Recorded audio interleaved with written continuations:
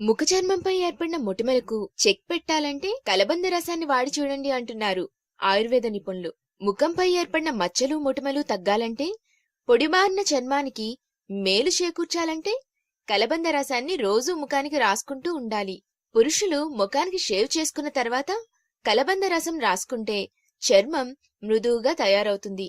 కలబంద రసాన్ని రాత్రిపూట ముఖానికి రాసుకుని ఉదయం గోరువెచ్చని నీటితో ముఖాన్ని కడిగేస్తే చర్మం ప్రకాశవంతంగా అవుతుంది.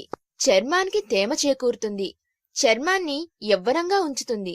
అలాగే కేశాల సంరక్షణకు కలబంద ఎంతగానో ఉపయోగపడుతుంది. ఇక చుండ్రును తొలగించుకోవాలంటే కలబంద గుజ్జును మాడుకు పట్టించి 20 నిమిషాల తర్వాత కడిగేయాలి. ఇలా 2 రోజులకోసారి చేస్తే చుండ్రు మాయమవుతుంది.